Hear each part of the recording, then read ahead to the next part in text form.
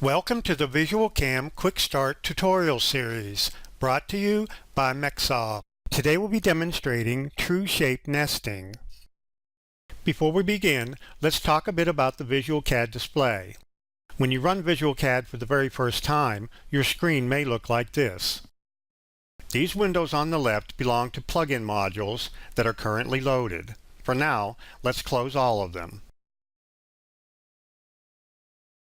Now, let's begin by launching the VisualCAM Nest module. From the Plugins pane of VisualCAD's home ribbon bar, you will see the VisualCAM main menu. Drop down the menu and pick Nest to load the nesting module. Docked on the left, you will see the nesting browser. Notice that it is organized into tabs, representing each step in the nesting process. You can resize the width of the browser, making sure that all of the command icons and menus are easily accessible. Now, let's load the part file containing the geometry for nesting. From the VisualCAD main menu, select Open. Locate the VisualCAM Quick Start folder shown here. Then, select the VisualCAD part file named True Shape Nest Quick Start Tutorial, and then pick Open. The following basic steps are included in the nesting process. First, we load the VisualCAM Nest module and define the nesting type to be performed. Then, we open the VisualCAD drawing where the stock material and production parts are staged. Then, we select the sheets to nest our parts in, and then select the parts to nest.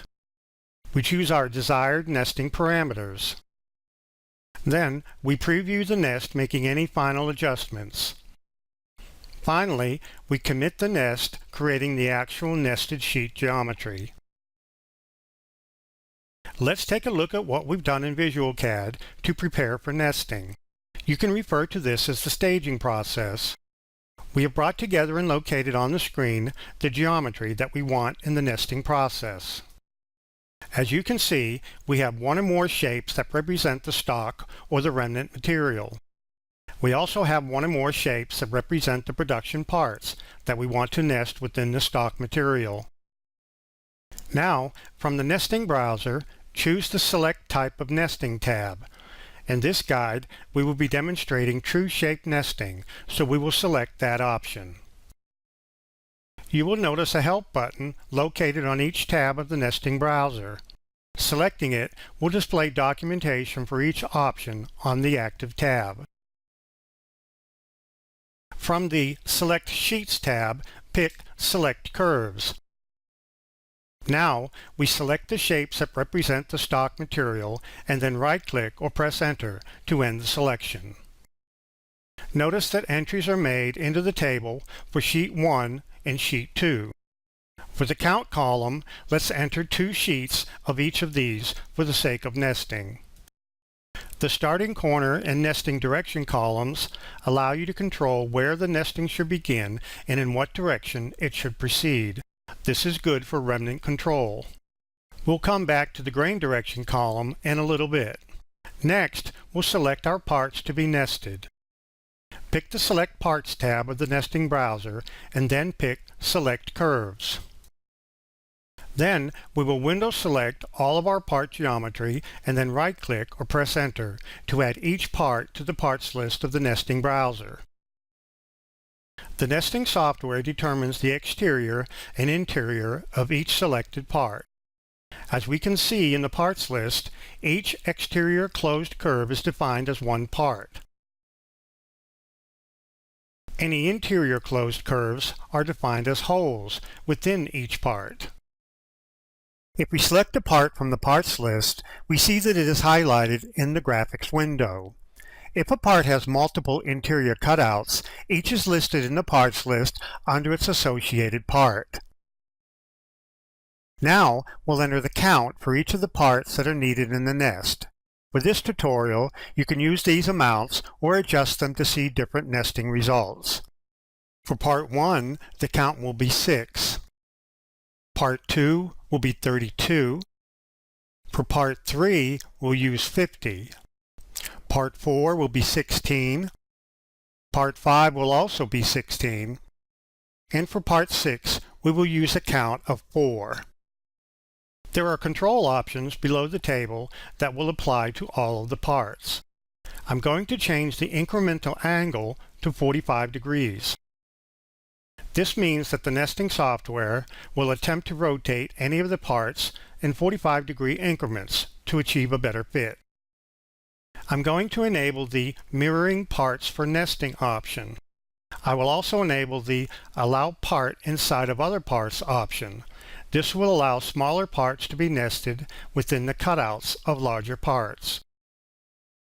If you have a part that you do not want rotated or mirrored, you can check the box next to Fixed in the Orientation column of the parts list. The orientation of this part will be maintained in the exact orientation that it is staged throughout the nesting process. Now we'll select the Choose Nesting Parameters tab of the nesting browser to set 2 additional parameters. The first one sets the distance between adjacent parts. We'll enter 0.15 here. The second is the distance between the outermost parts and the outer edge of the stock material. We'll set this to 0.25. There are also options to automatically tag each nested part, and layout options for arranging your nested sheets. Now we select Execute Nest and then Preview Nest as well.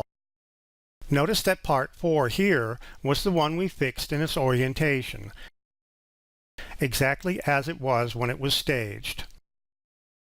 The last thing I would like to do is to impose a grain direction control on this larger part. In order to do that, I need to specify the grain direction on the stock material as well as the part. First, we'll go back to the Select Sheets tab and set the grain direction to a long X for both sheets.